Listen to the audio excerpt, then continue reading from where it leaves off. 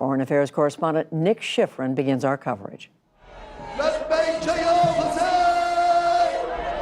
A day in Iran meant for mourning a military commander will now lead to the mourning of many more. The stampede came during the funeral procession of Major General Qasem Soleimani through his hometown.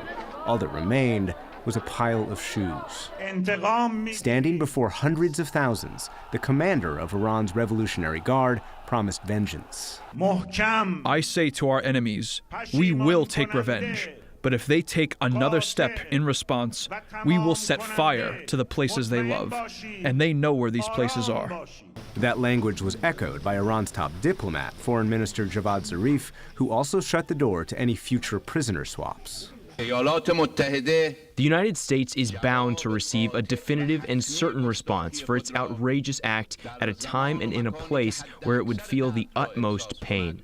The New York Times reported that Iran's supreme leader, Ayatollah Ali Khamenei, wants retaliation to be a, quote, direct and proportional attack on American interests and openly carried out by Iranian forces. That's a contrast to many previous attacks conducted by Iran's network of proxy groups. Iran's parliament today voted to designate the Pentagon and U.S. Army terrorist organizations. At the Pentagon, Secretary of Defense Mark Esper said the ball was in Iran's court. The United States is not seeking a war with Iran, but we are prepared to finish one. We are seeking a diplomatic solution, but first, this will require Iran to de-escalate. Yesterday, the U.S. military said it mistakenly sent a draft letter to the Iraqi government suggesting the U.S. was withdrawing troops from Iraq.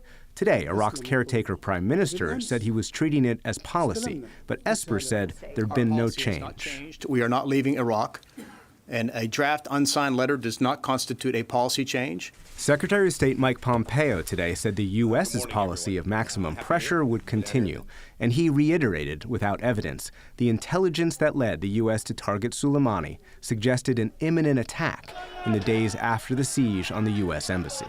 If you're looking for imminence, you needn't look no further than the days that led up to the strike that was taken against Soleimani.